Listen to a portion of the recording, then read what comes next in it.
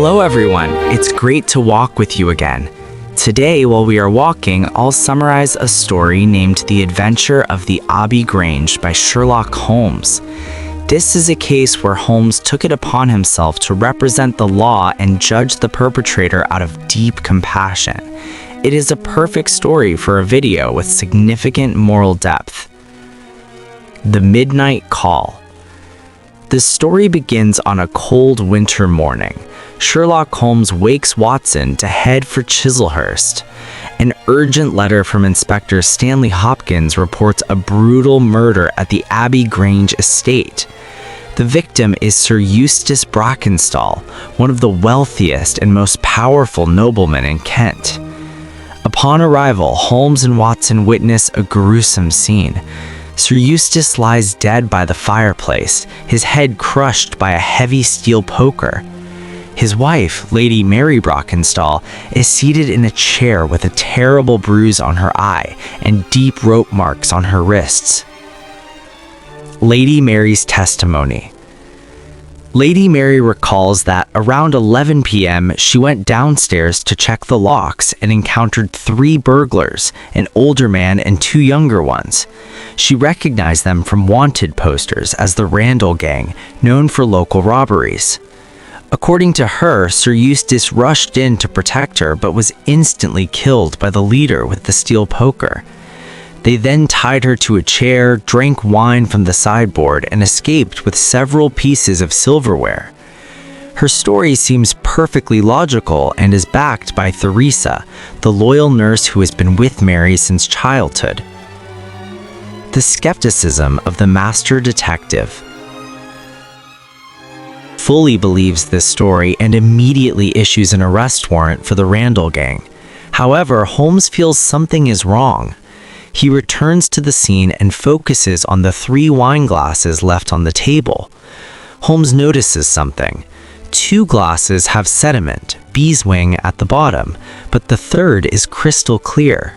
This could only mean that only 2 people actually drank the wine, and the wine from the first 2 was poured into the third to create the illusion of 3 people. Next, he examines the bell rope used to tie Mary. It was cut with a sharp knife from a high position, a place a common burglar wouldn't bother to reach. Holmes concludes the robbery was a hastily staged performance. The dark side of a noble marriage. Holmes begins to investigate Sir Eustace's private life.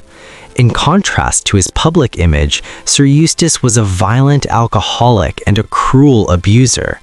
Lady Mary had been living in a living hell, frequently beaten and insulted. The bruise on her eye wasn't from burglars, it was a final gift from her late husband. Using his sharp intuition, Holmes tracks the passenger list of the ship Rock of Gibraltar, the vessel that brought Mary from Australia to England.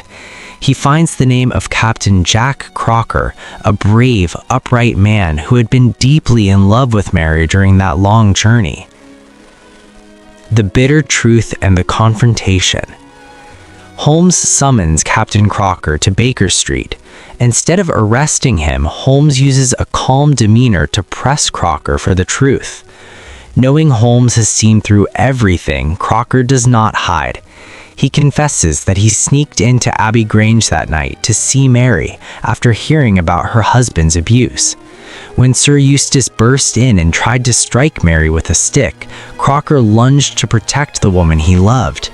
In the struggle, Crocker struck back in self-defense with the steel poker, killing Sir Eustace. Mary and Theresa, wanting to protect Crocker, staged the burglary story. Crocker declares defiantly, "I don't regret killing a demon. I am ready to go to prison, but please leave Lady Mary out of this." This is the most precious moment of the story. Instead of handing Crocker to the police, Sherlock Holmes decides to play the judge, and Dr. Watson plays the jury. Holmes looks into Watson's eyes and asks, "Do you find him guilty?" Watson replies, "Not guilty."